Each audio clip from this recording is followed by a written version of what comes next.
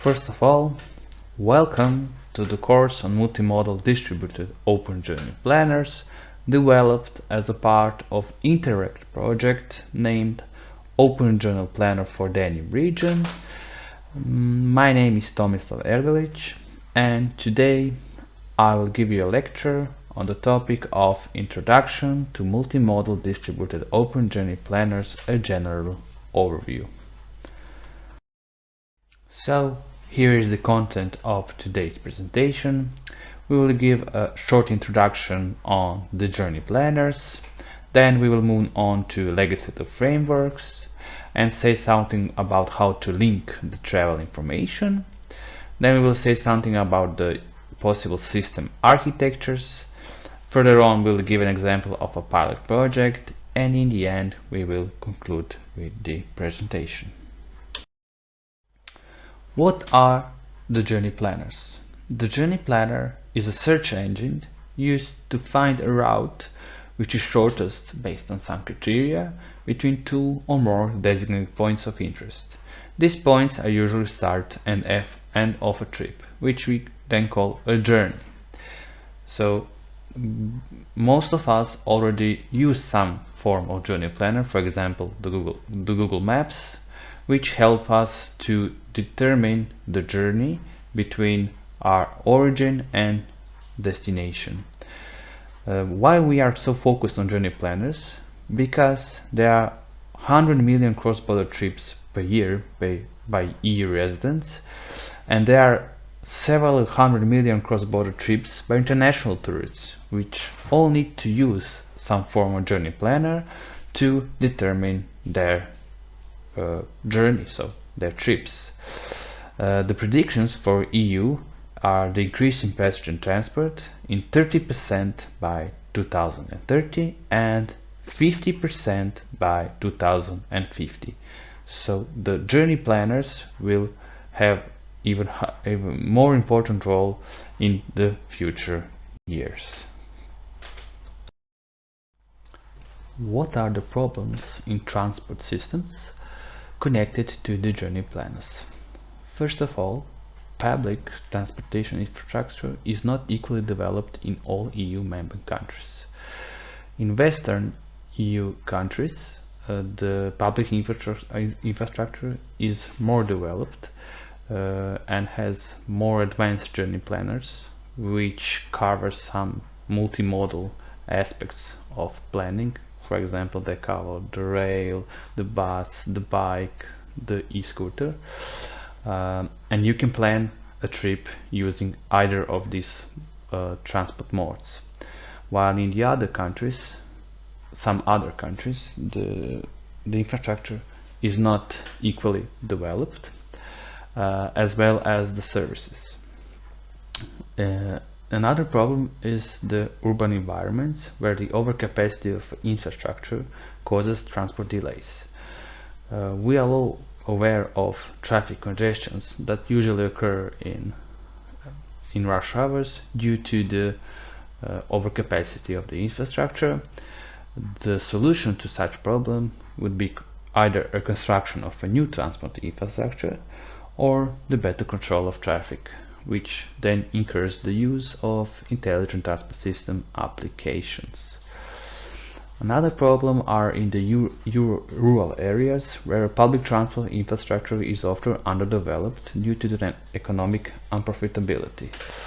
For example, in some rural areas, the frequency of buses or trains is very low, so one bus or one train goes per day, which happens because a very low number of people travel with bus or train, and that's why for the service providers the more often routes are unprofitable, and this is the main reason why the people in such areas often use private transport vehicles for their trips. Another problem is the cross-border passenger transport, which mainly reflects that journey planners in different regions and countries do not exchange travel information, and such planners and systems are often monomodal, meaning that often one transport mode, for example the bus or just the train, is offered as transport used for travel. For example, if you want to travel from Austria, in Vienna in Austria, to the Adriatic coast, some city on the Adriatic coast, usually only one transport mode is offered, most often just the bus, and also there is no integration between the travel information systems in Croatia and in Austria to perhaps give some other routes which could also be which could also use some other transport modes, for example like train or bike, when you plan your trip. This is especially the case when people plan their trips on their vacation, have time to travel, so they also want to explore some neighboring cities or neighboring points of interest, which they could do by bike or by some other bus and something like that. So the integration between the travel information system between different countries is important task to improve the overall journey planning and the satisfaction of the end users. So the goal is to manage the transport system more efficiently without physically upgrading the infrastructure. So the goal is to use some ITS applications to better control the traffic, because the upgrading of the infrastructure is usually economically unprofitable, and in some cases, like in large cities, there is no further place to upgrade the infrastructure because it's already overcapacitated. All of these problems are reflected in the white paper from 2011, where the travel information services are identified as an important factor contributing to the reduction of gas emissions and to the improvement of the efficiency of the transport system. What are the EU legislative framework related to the linking of travel information services and multimodal travel information? The first one is the ITS directive from 2010, which has several priority areas and several priority actions. The two of the priority actions related to the multimodal transport are the provision of EU-wide multimodal travel information services and the provision of EU-wide real-time traffic information services.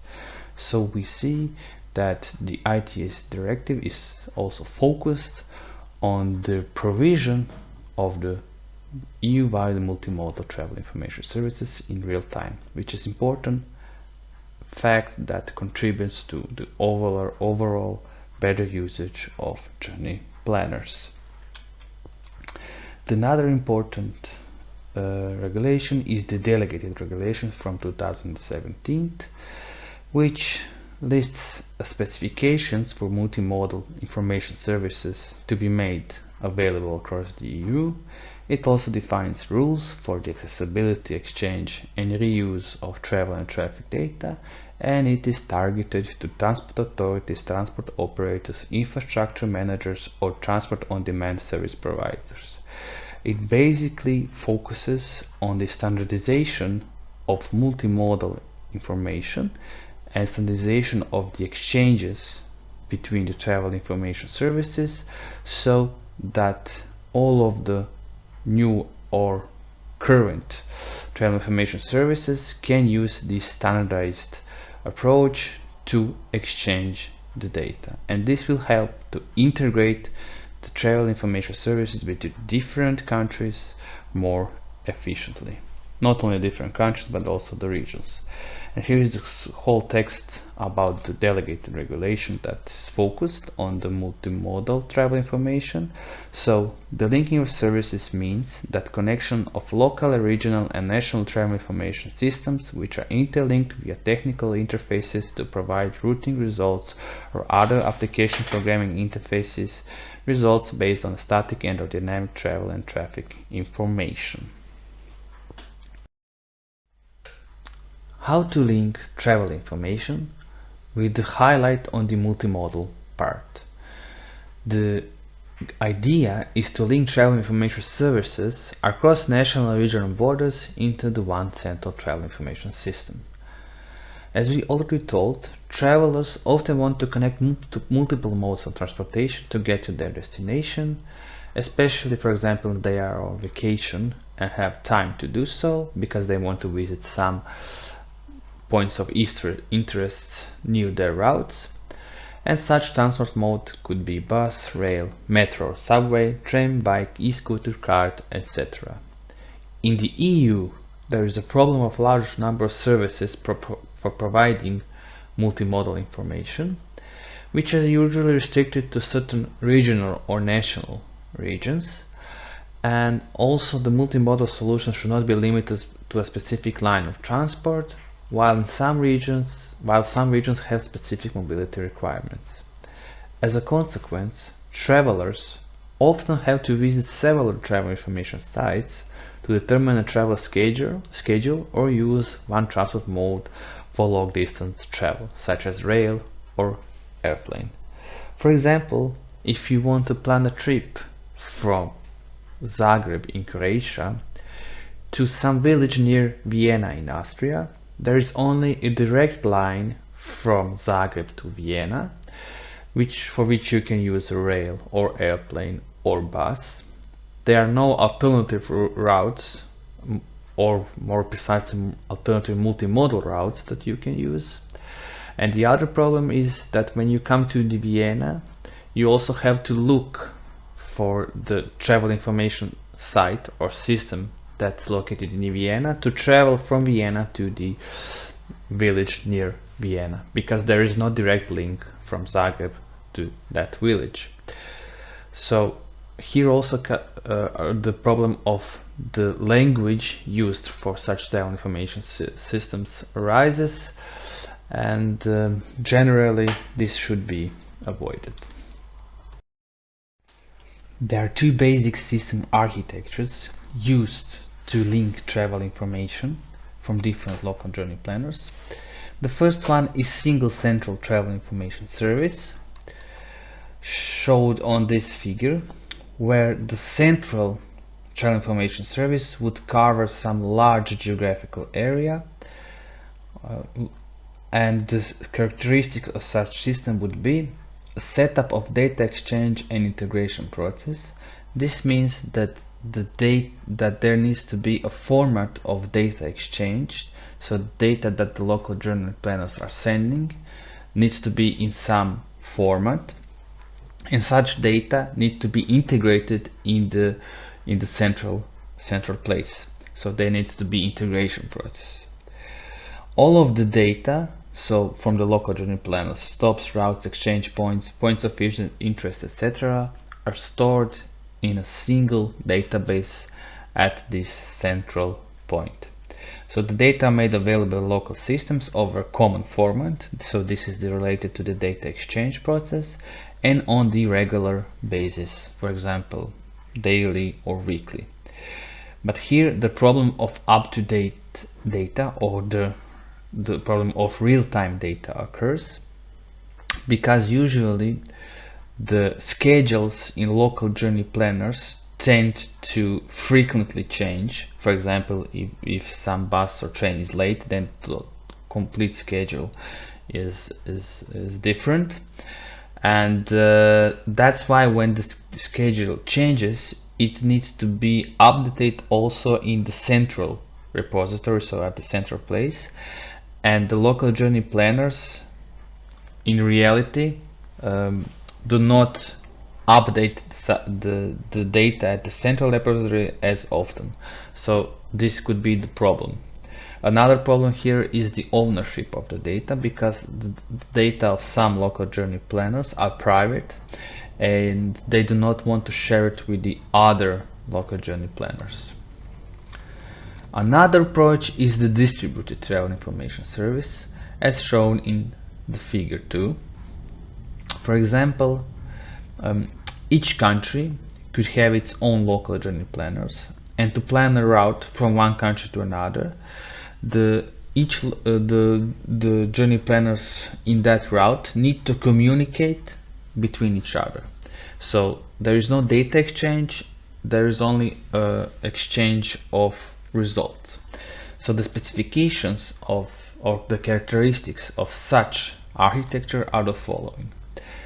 So the linking of existing services, so the existing services are linked without the data exchange mechanisms. So the local journey planners do not exchange the data, so that's why the data exchange is not important. But what they do exchange is the requests and results, so not the data itself. So there has to be common interface to communicate between the local journey planners to exchange these requests and results. Also, there has to be a possibility to split the request that exceeds the local journey planner system geographical boundaries and assemble the results from other planners into a final route. Here, the providers, so the local journey planners, they remain the sovereignty over their own data, which means that the problem of data ownership did not occur, because they remain, if the data is private, then that's okay, and they do not share the data with the other local journey planners. So in such distributed architecture, let's look at how to link such services. So providers, local planners, do not share the data, but have to provide a particular common interface so that other systems, so other local journey planners or some other central system, can connect and request a route.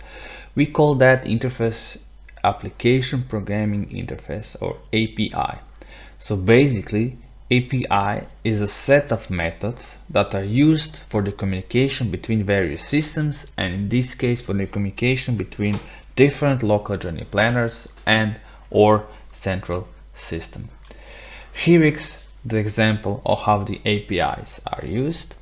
So APIs are used to communicate between the server, and they offer interface between the server and all of the other applications over the internet. So between the web application, between the mobile application, between the desktop application, and the server is the one that catches, so selects the data from the database and offers it to the API. This way of using the API, it makes easier for the end users to access the cross-border travel information, because all of the local journey planners need to develop these APIs, and they can be accessed from all or from other places with the use of the internet. The interchange of routing results, so in such case there is only interchange of routing results and not the basic travel data, so the timetables, which partially protects the modification of all data of the provider. This also solves the problem of incompatibility of data formats, because different local journey planners save their data in the database in different formats, and if such data were sent in one central place, then the problem of formats would occur. But here this problem does not occur, because only thing that the local journey planners need to do is add the specific application programming interface for fetching the results that can be used by other journey planners. This way also better fits to existing organizational structures and better defines responsibility for data quality, as well as issues related to the data ownership, because the data is maintained at the local journey planner, and the data itself is not shared with the other journey planners. There is no big changes in the current organization structures and in the current implementation, so local journey planners can maintain the current service as it is. They only need to add a set of methods, so the API that will be used for the communication between the other local journey planners. And this way the whole system is more efficient and sustainable, because there is no need to make completely new, so the completely new central system, which would be unprofitable, but rather to use the current way of working with the local journey planners, and just add these APIs. What are additional advantages of linking of such distributed services? First of all, the proposed system supports system upgrade options instead of creating a whole new system, which we already told. And so the local service providers can keep the existing implementation, so they do not have to implement new system, and also keep application oriented on the user in specific geographic area. Local service providers can also easily upgrade their system without significant changes in the APIs, and the local service providers can expand their service using the travel information of other local journey planners, and thus secure or even improve their marketplace. So they do not change the data itself, just the results, and which can be used for further improvement of their services. Another advantage is that the agreed transnational concept of linked services could lead to better organization of public transport links in terms of schedule alignment and connections in the trips, which could benefit the end users to improve their trip planning. So they could plan a trip with less waiting times between the exchange points. It could also encourage the use of multimodal public transport, which could also benefit the end users in terms of their satisfaction, but this could also reduce the gas emissions produced by conventional vehicles, which instead of them, the more green oriented vehicles could be used. Here is an example of how the system of linking distributed services could work. So without the distributed services, a traveler, for example, wants to travel from the start in one country to destination in the third country. Each country has its own local journey planner, here noted with these figures 1, 2 and 3.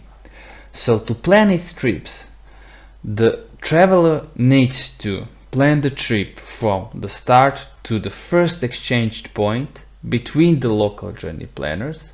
Then it needs to go to another travel information site, so to the site of another journey planner, local journey planner, and plan its trip from this exchange point to another exchange point, and then go to the third local journey planner and plan its trip from this point to the destination.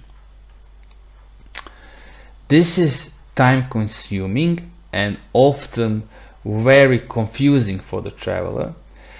The other way that's better, where the system architecture is better, is for traveler only to look at the site for the first local journey planner, so where he starts the journey, and this local journey planner needs to see if the destination is outside of its boundaries, because if it is, then it needs to call the other local journey planners, so here in example 2 and 3, and these local journey planners need to give results between the exchange points and the other exchange points or the destination. So it just gives the route as a result, and the first local journey planner assembles that route into the final route, and the traveler itself does not need to go to the other local journey planners. The first one gives him the result, so the final route from start to destination. If he wants to travel within the first local journey planner within its geographical area, then there is no need to call the other local journey planners, so only the first local journey planner will resolve this request. So here is the example how this could look. So the end user, the traveler, makes the request from start country to the nascent country. First of all, the system detects that different local journey planners needs to be called, and that's why it splits the request into the three parts. The first part is just the routing within the first local journey planner, so from the start to the first exchange point. The second part is the request from the first exchange point to the second exchange point, which is sent to the second local journey planning, which then determines the route, so does the routing. And the third request is the route from the second exchange point to the destination, which is sent to the third local journey planner, which does the routing. When these routes are complete and they are not synchronized, so the results come in different times, all of the routes are assembled within, in this example, within the first local journey planner, and they are presented to the traveler, so to the end user, within the graphical user interface of the first local journey planner. So instead of completely distributed approach, in which each local journey planner also have to have functions that determine if the request is within its geographical boundaries, which is not hard thing to do, but the hard thing to do is to implement functions that determine which other local journey planner to call. Instead of that, perhaps the better approach or the architecture is the centrally distributed approach, which includes the following main principles.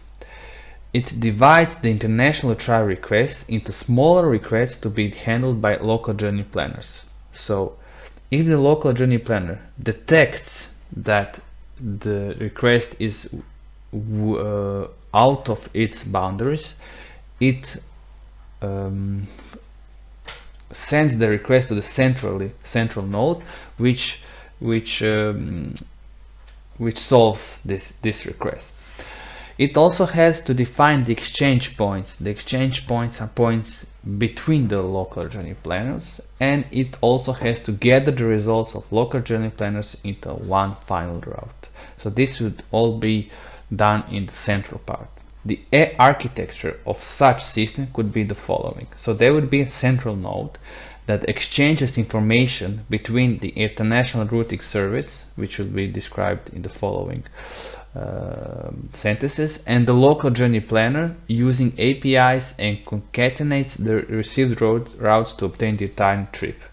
This would look like a web portal with a unified graphical interface for transnational journey planning. So if you want to do a transnational journey planning, you go to some website and enter your origin and destination, and this will be handled by central node, and then the central node will determine which local journey to call. Central node will pass this request to international routing service, which has the relevant international exchange points between the origin and destination, and it will do the static or dynamic routing between these exchange points. If the local journey planners are adjacent, so neighboring, then the static routing is performed. But if the local journey planners are not adjacent, then the dynamic routing between these exchange points occur. And the last one, of course, are the local journey planners, which are the systems with limited geographic and spatial journey planning options. It's a web service that also has probably a web portal for routing, but basically it also has a web service that uses APIs to communicate towards the central node. The local journey planner must be able to recognize that destination and the starting point is not within its geographical boundaries of the planner, and also must know which subsystem to request. So either send a request to the other local journey planners, but the better way would be to send a request to the central place, which will resolve this request. In order for local planners to have the specified information, a central repository can be used where gazetters will be stored. So if you want to plan a trip within a local journey planner that goes outside of its boundaries, it also have to have the information on the location, station, addresses, exchange points, etc. in other local journey planners. This would be in completely distributed approach. In the central approach, this could be solved by sending this request to the central place where all of this data is stored. Okay, this also allows the individual local planner to work on relevant data.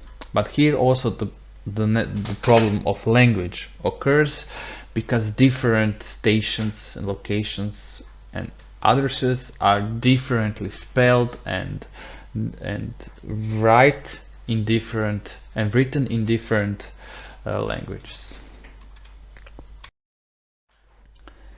The next important part are the open APIs. So we explained what the APIs are, but what are the open APIs? The open APIs are publicly available interfaces that provide a standard for defining APIs that can be used by different local journey planners.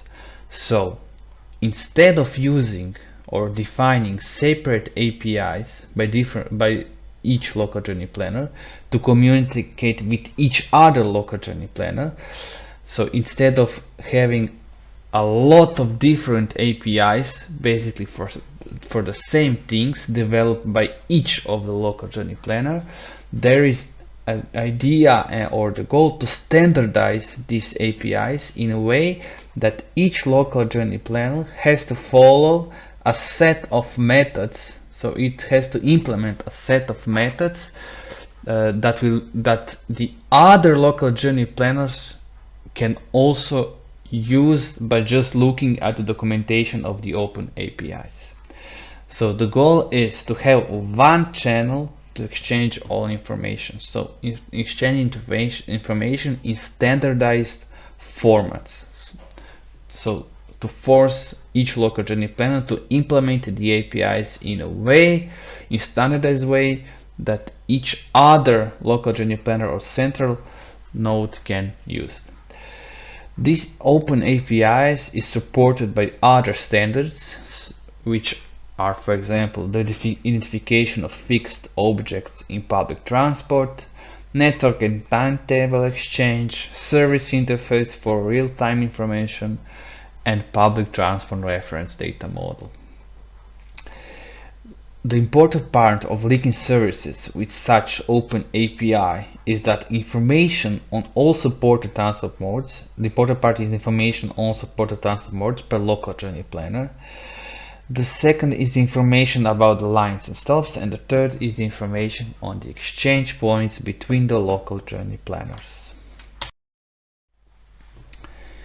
Last is description of the pilot project Linking Danube, which is a project in the Danube region named Linking Transnational Multimodal Traveler Information and Journey Planners for Environmentally Friendly Mobility in Danube region. In total, 6 countries participated in this project: Austria, Czech Republic, Hungary, Romania, Slovakia and Slovenia. One existing local journey planner has been selected for each country, although there are often several travel planners, usually divided by some regions, but one was selected for each country.